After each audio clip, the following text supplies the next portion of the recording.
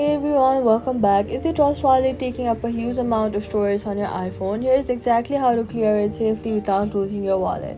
Done entirely from iPhone settings. First, go to your settings app and then tap General, then go to iPhone Storage. Scroll down until in the app list until you find Trust Wallet. Once you find it, tap on it. You'll see the total size broke down into the app size and documents and data. The documents and data figure is accumulated cache, transaction records, token price history, and temporary files that Trust Wallet never automatically cleans off. Tap Offload App. This removes the app but keeps all of your wallet data, account information, and settings intact in your phone. Then go to your App Store and search for the Trust Wallet app.